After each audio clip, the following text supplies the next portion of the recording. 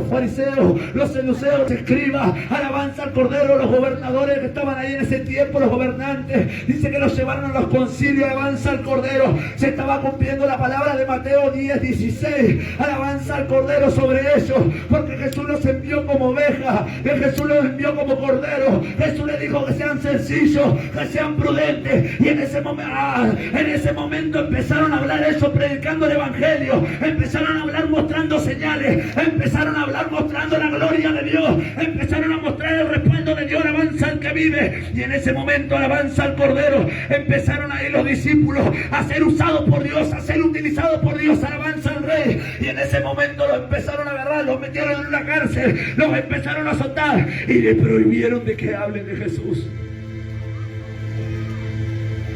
Le prohibieron de que hablen de Jesús. Y dice que Pedro se puso a contestarle.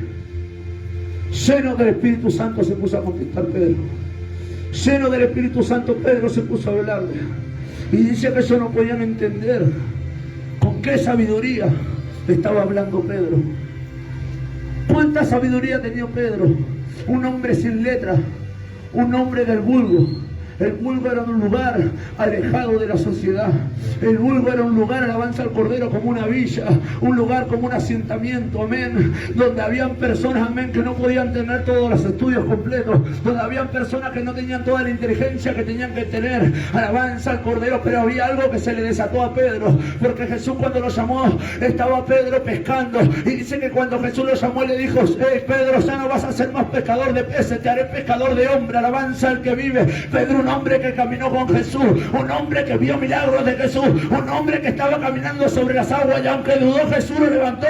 Un hombre, alabanza al que vive, que se le reveló quién era el Cristo. Un hombre que pudo ver a Moisés, alabanza al Cordero, que pudo ver a Elías, alabanza al que vive. Ese mismo Pedro fue también el que negó a Jesús. Pero después de que negó a Jesús, Jesús se le presentó, alabanza al Cordero. Jesús se le presentó y lo llamó y le dijo: te haré que apaciente mis ovejas, Pedro, apacentará mis ovejas, apacentará mis...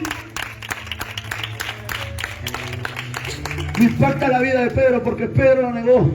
Y muchas veces nosotros, no queriendo ir al evangelio, negamos a Jesús. Muchas veces nosotros, no yendo a visitar a un hermano, negamos a Jesús.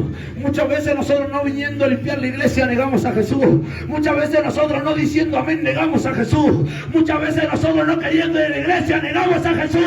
No solo negar a Jesús es drogarte y estar perdido. Negar a Jesús es no estar leyendo la palabra, no hacer lo que Dios te mandó a hacer. Eso es negar a Jesús. Cuando vos no querés hablar con Él, vos estás negando a Jesús. Y a Jesús no se lo niega, porque Él no te negó. La generación de Él iba a ser multiplicada, no iba a tener fin. Nadie le iba a poder contar. Ese mismo Pedro fue el que estaba poniendo sus manos sobre el hombre del templo de la Hermosa.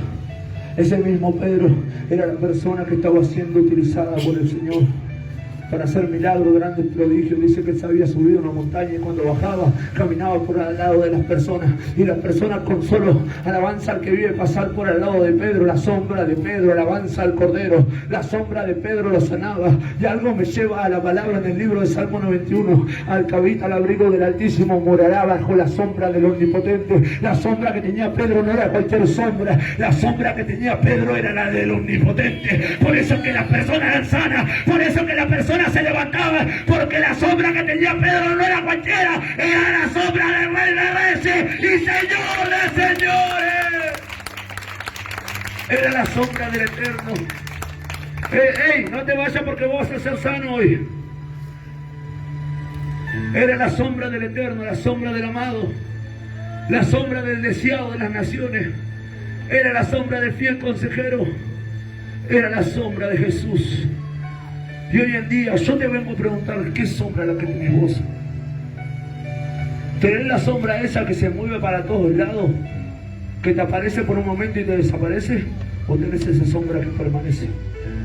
Porque yo te voy a decir la verdad: si está esa sombra que aparece y desaparece, son demonios. Por eso es que a veces estás dentro de tu habitación y ves que pasa algo, y pasa algo. Son demonios, porque el mundo espiritual existe. A mí me vino a buscar la muerte, hermano. El mundo espiritual existe. El mundo espiritual existe. El mundo espiritual existe. Y el diablo te quiere sacar tu alma. El diablo quiere que vos te pierdas. Pero si hoy vos te levantás en oración, hoy vos te levantás en clamor, hoy vos te levantás en guerra, hoy vos te levantás a buscar al cautivo, hoy vos te levantás a buscar al abatido, hoy vos te levantás a buscar al quebrantado de corazón, hoy vos te levantás y te metés en un hospital, si hoy vos te levantás, alabanza al que vive, poner la mano sobre los enfermos, la sombra que te estaba atormentando no te va a atormentar más, porque va a estar la sombra del Omnipotente y el abrigo va a ser su presencia, va a ser la presencia de Dios. Se estaba cumpliendo la palabra, diga, se estaba cumpliendo la palabra. Se estaba cumpliendo la palabra. Se estaba cumpliendo la palabra, porque los tenían apresados, los tenían ante el concilio, los tenían ante los hombres, los tenían ante aquellos que se decían ser de Dios. Tenían a Pedro y a Juan encarcelados, los habían azotado y les habían prohibido predicar en el nombre de Jesucristo. Y Pedro hablando lleno del Espíritu Santo, Pedro hablando lleno de gracia, Pedro hablando con sabiduría, un hombre que no entendía nada. Por eso es que Dios dijo que lo insensato de Dios es más sabio que los hombres, y lo débil de Dios es más fuerte que los hombres. Yo vine con esta palabra desde Buenos Aires acá a la ciudad de Rosario. Los insensatos de Dios es más sabio que los hombres. ¿Acaso no enloqueció la sabiduría del hombre del Señor? ¿Cuántas personas murieron del COVID y no había una cura? La cura es el Espíritu Santo. Por la sangre de Cristo somos sanos. Él derramó de su sangre para que haya sanidad en nuestra vida. Eres sano en el nombre de Jesús. No voy a quitarle que por sus llagas somos sanos también, pero las llagas se formaron a través de la sangre, a través de los azotes. Yo tuve un encuentro con Dios y yo lo que sucedía. De un día para el otro me dejé de drogar. De un día para el otro dejé de vender droga, dejé de estar en la delincuencia, dejé todo. No quería a la policía, mataron a mi hermano. Y cuando me levanté a predicar me prohibieron predicar. No voy a entender por qué. Un pibe que estaba tirado en la droga, porque un pibe que andaba robando, porque un pibe que vendía estaba predicando el Evangelio.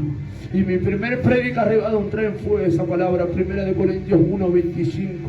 Lo insensato de Dios es más sabio que los hombres, y lo débil de Dios es más fuerte que los hombres, y lo vil del mundo y lo despreciado y lo que no es, Dios tomó para deshacer lo que es. Dios eligió lo que el mundo desechó. Fuiste desechado por el sistema, pero Dios te tomó, Dios te limpió, Dios te levantó. Dios te eligió.